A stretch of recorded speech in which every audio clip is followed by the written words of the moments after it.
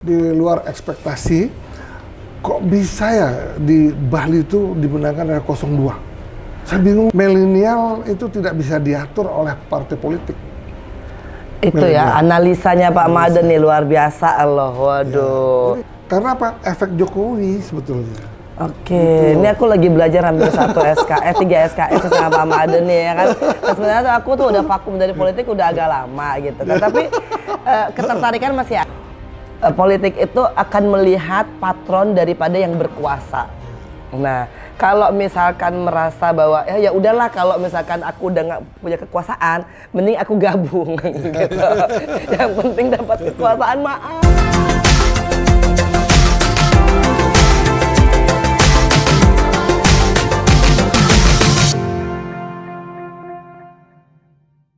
Dulu Angelina Sonda adalah bagian dari Partai Demokrat. Tetapi sekarang Partai Demokrat kelihatannya tidak menjadi oposisi lagi. Partai Demokrat akan menjadi bagian dari pemerintahan Bapak Prabowo, di mana wakil presidennya adalah Mas Gibran Rakabuming. Itu sangat menarik sekali. Dan sekarang juga Mas Ahaye itu kan sudah menjadi menteri di kabinet Bapak Jokowi. Tentunya karena Partai Demokrat ini sebagai pendukung utama juga pada saat kampanye Bapak Prabowo, kelihatannya Bapak Ahaye pun akan juga diteruskan menjadi menteri. Nggak tahu nanti apa tetap menjadi menteri BPN ataupun akan menjadi menteri yang lain yang cocok untuk Mas Ahaye. Selamat Mas Ahaye sudah bergabung dengan Bapak Prabowo. Kelihatannya penggabungan ini sangat alami sekali ya, karena pada saat Bapak Mahfud MD mengundurkan diri karena beliau itu mengusung paslon 3 sebagai cawapresnya Pak Ganjar. Sangat gentle sekali Pak Mahfud MD itu mengundurkan diri sebagai Menko Polhukam. Tentunya jabatan itu menjadi kosong. Nah, sangat menarik lagi bahwa diadakanlah perpindahan dari Menteri BPN itu Bapak Panglima, mantan Panglima, kemudian Bapak mantan Panglima lah Pak Hadi itu menggantikan posisi Bapak Mahfud MD. Nah, tentunya di BPN itu kosong. Inilah kesempatan Mas Ahaye menjadi menteri muda pertama di elit Partai Demokrat. Ini kemungkinan pun tidak terputus sampai di sini. Jadi kemungkinan juga Mas Ahaye itu akan menjadi menteri yang lain saat Bapak Prabowo sudah resmi menjadi Presiden RI pada bulan Oktober yang akan datang. Sangat menarik sekali suasananya. Karena itu ternyata di luar dugaan Prabowo menangkan 1 putaran. Ini mengagetkan semua orang. Inilah polemik yang terjadi di pemilu 2024. Nah, ini yang harus kita bicarakan bersama, bahwa sesungguhnya di setiap pemilu di negara yang kita cintai ini selalu ada gugatan di MK. Kita lihat dulu Bapak Prabowo 2019 menggugat juga di MK. Ternyata setelah diselidiki tidak ada kecurangan ataupun tidak ada kesalahan hitung daripada perhitungan di KPU. Ya, walaupun waktu itu perbedaannya antara Bapak Jokowi dengan Bapak Prabowo sangat tipis. Itu pun dimenangkan oleh Bapak Jokowi sebagai Pertahanan pada saat itu. Nah, itu yang menjadi topik pembicaraan yang begitu hangat. Tetapi ketika Bapak Jokowi sudah merelakan putranya menjadi cawapres Pak Prabowo, saat itulah banyak polemik ataupun gugatan-gugatan ataupun caci maki yang ditujukan kepada Bapak Jokowi. Tetapi memang ini sudah alami sekali, dan saya yakinlah Bapak Jokowi tidak merencanakan bahwa putranya yang sangat muda itu untuk menjadi cawapres. Malah sebelumnya pernah ditanya, beliau mengatakan masih terlalu muda. Tetapi atas dukungan, desakan daripada kader-kader Gerindra itu sendiri untuk mengusung Mas Gibran sebagai calon presidennya Bapak Prabowo, Pak Prabowo mulai goyah dan mulai meyakini dengan masuknya Mas Gibran sebagai cawapres akan mampu memenangkan pemilu satu putaran. Itu yang menyebabkan Pak Prabowo juga sangat hati-hati waktu itu. Bukan ide dari Pak Prabowo sendiri. Ide daripada penasihat politiknya Bapak Prabowo kemungkinan mengatakan seperti itu. Nah, sedikit ulasan mengenai setelah pemilu yang dilakukan oleh KPU. Nah, itulah yang terjadi. Tapi seandainya misalnya pada waktu itu Mas Ganjar itu dipasangkan dengan Mas Gibran, kemungkinan juga polemik ini tidak akan ramai, tidak akan terjadi. Karena apa? Justru polemik ini sangat ramai ketika PDI Perjuangan dengan Pak Jokowi mulai retak hubungannya. Nah, itu yang terjadi. Ya, semoga ulasan ini sekaligus nanti untuk ngobrol-ngobrol dengan mantan politikus dari Demokrat yang pernah masuk di dalam jeruji besi saat itu. Rasanya perlu ditanyakan juga sedikit mengenai politik. Walaupun politik sekarang ini sudah mulai dingin, nanti setelah ini ada lagi pilkada.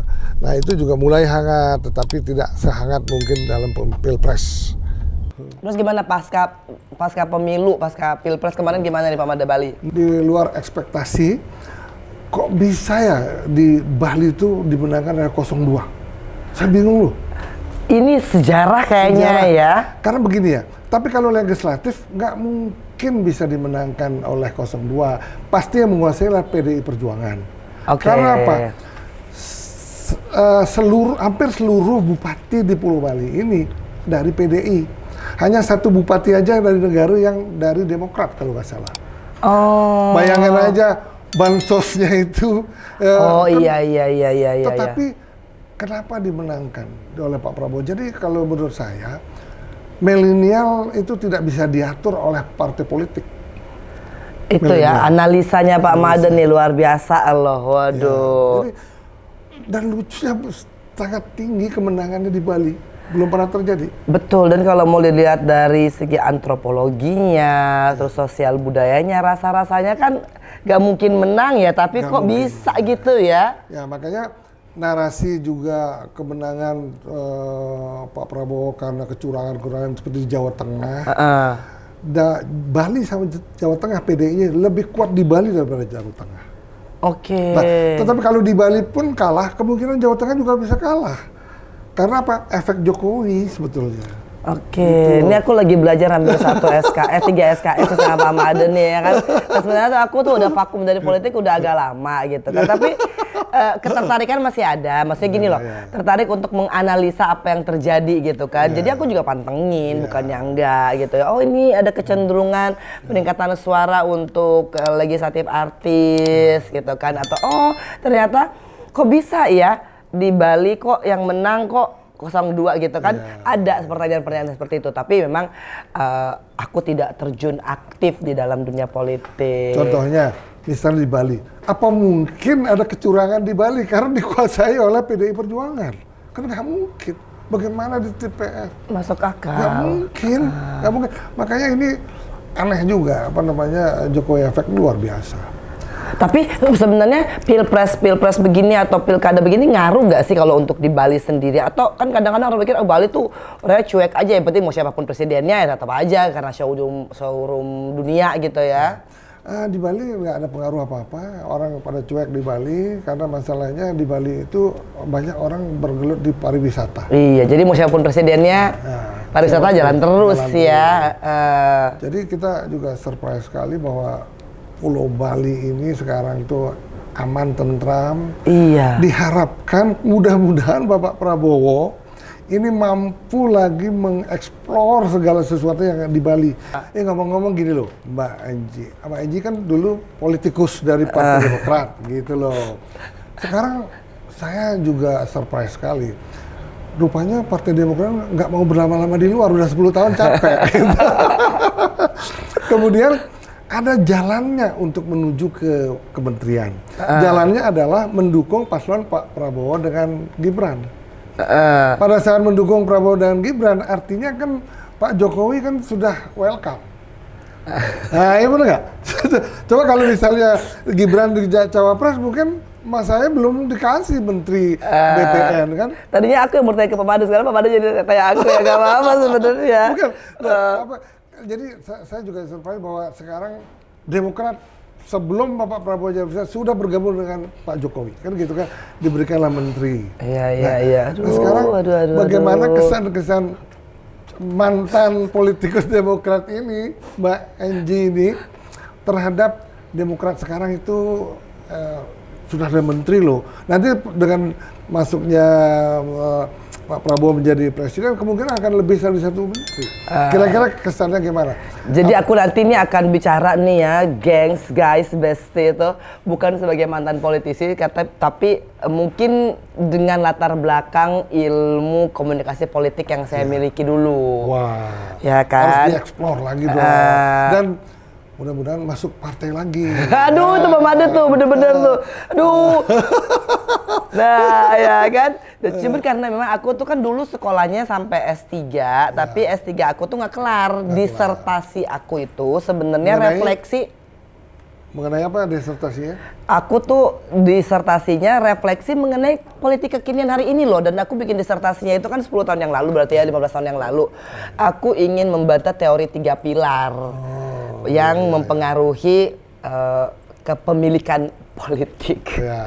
Jadi sebenarnya politik itu bisa disitir lah apa sih yang dibahas di itu.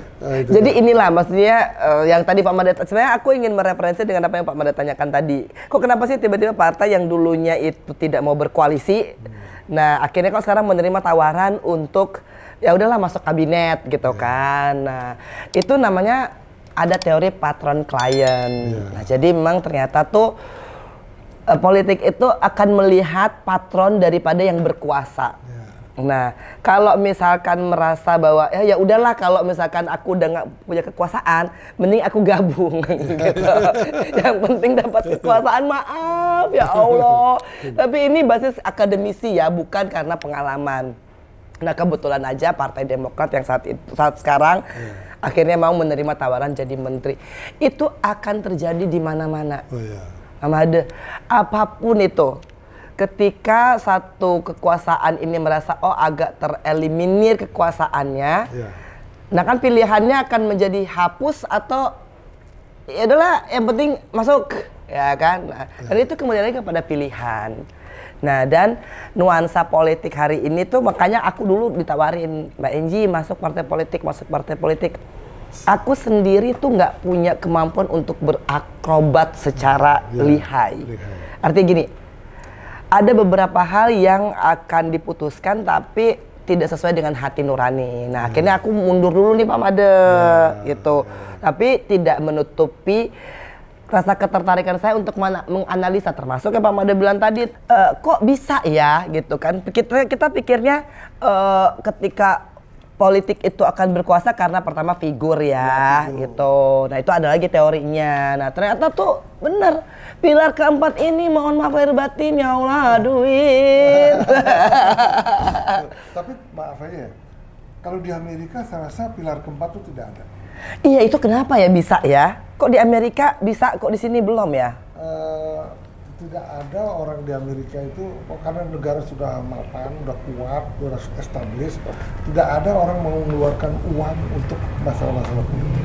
Dan uang itu disumbangkan untuk yayasan lebih banyak daripada ke politik. Nah, dan bahayanya kan gini Pak Made, maksudnya kalau dari segi teori politik ya, semakin banyak duit yang beredar, ketika duit itu dicurahkan kan harus tetap juga ditarik kembali. Itu yang menyebabkan corruption. Nah, dan makin hari sekarang biaya politiknya makin mahal. Kemarin 1 juta seorang, bayangin satu pesantren kalau 1 juta, waduh ngeri. Sekarang kita ada 800.000 TPS, tuh. Berapa? Saksi itu berapa? Nah, dan somehow itu harus balik dong duitnya, nggak mungkin kan, enggak. Nah, dan itulah alasan kenapa aku belum mau berpolitik, Besti. Kalau nggak balik dia ini apa namanya? Nggak mau kalau dia nggak balik kan. Karena untuk modal berikutnya. So akhirnya at the end of the day jadinya kan kayak transaksional gitu. Terima kasih, mudah-mudahan berkenan di hati masyarakat Indonesia. Mr. Pussy Live ingin menampilkan hal-hal yang real, yang betul-betul dapat menginformasikan ke kalangan masyarakat luas untuk membahas masalah-masalah politik di negeri yang kita cintai. Oke, jangan lupa tonton Mr. Pussy Live dan like, follow dan share Mr. Pussy Live. Bye bye.